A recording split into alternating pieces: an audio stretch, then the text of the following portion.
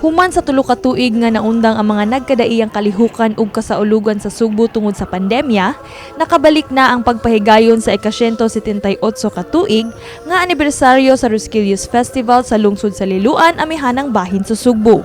Ang Rosquillos ang naila nga delicacy sa Liloan. Giselebrar ang maong kapistahan aron pasidunggan ang patron sa Liloan nga si San Fernando Rey. Gani Mayo 20 pa lang, gisugdan na ang mga kalihukan sa fiesta sama sa Fun Walk, Medical Mission, Queen of Liloan, Mass Wedding, Liloan Art in the Park, ug uban pa. Ug niaging Sabado, Mayo 27, kipahigayon ang Search for the Festival Queen ug ang Rosquillos Festival Grand Ritual Showdown. Apil sa mga opisyales nga nitambong sa maong selebrasyon, si Vice Presidente Sara Duterte kinsa nagpasalamat sa init nga pagdawat sa mga Liloanons kaniya. Sa inyong mainit nga pagdawat kanako dinhi sa Liloan, dako akong kalipay sa inyong imbitasyon nga inyong gipaabot kanako aron makauban kamo sa inyong pagsaulog sa inyong festival. Selebrasyon kini sa inyong pagtinabangay, pagmahalay, mga sakripisyo ug kakugi isip usa ka komunidad. 8 ka contingents nga gilangkuban sa 14 ka barangay sa Liloan ang nagtigi alang sa Grand Ritual Showdown.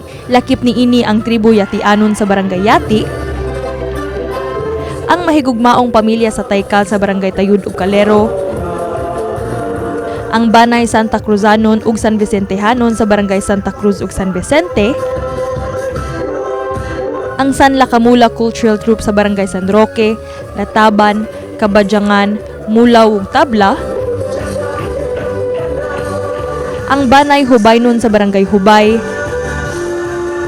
ang Tribo Kutkutanon sa Barangay Kutkot, ang Pundok Lungsuranon sa Barangay Poblasyon, ug ang Katarman Cultural Troupe sa Barangay Katarman.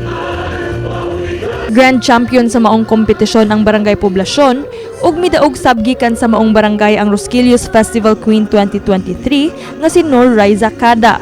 Mipadayag sa MyTV Cebu ang mga Liloanon sa kamahinungdanon sa pagselebrar sa Rosquillos Festival.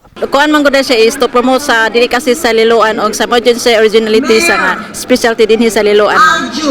Actually, it's very important because aside from showcasing the talents, we are also showcasing our culture, and we are also showing to the world what Liloanon are.